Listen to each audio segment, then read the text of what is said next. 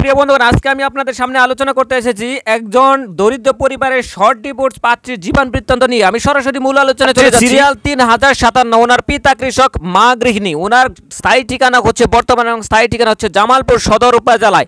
ওনার বয়স হচ্ছে 22 বছর, উচ্চতা 5 ফিট, গায়ের রং উজ্জ্বল শ্যামা, বৈবাহিক অবস্থায় শর্ট ডিভোর্স। ওনার সংসার ছিল মাত্র 7 দিনের সংসার। সামান্য মানসিক ভারসাম্যহীনতার কারণে পারিবারিকভাবে ডিভোর্স করানো হয়েছে। ওনার হচ্ছে 2 ভাই 1 বোন। যদি এই চ্যানেলে নতুন দর্শক হয়ে থাকেন তাহলে এই চ্যানেলটা সাবস্ক্রাইব করে পাশে থাকা বেল আইকন বাটনটি প্রেস করে নোটিফিকেশন অন করে দিবেন। আর হ্যাঁ, এই ভিডিওটি যদি একটু ভালো লেগে থাকে তাহলে আমার ভিডিওগুলো লাইক, কমেন্ট এবং শেয়ার করবেন।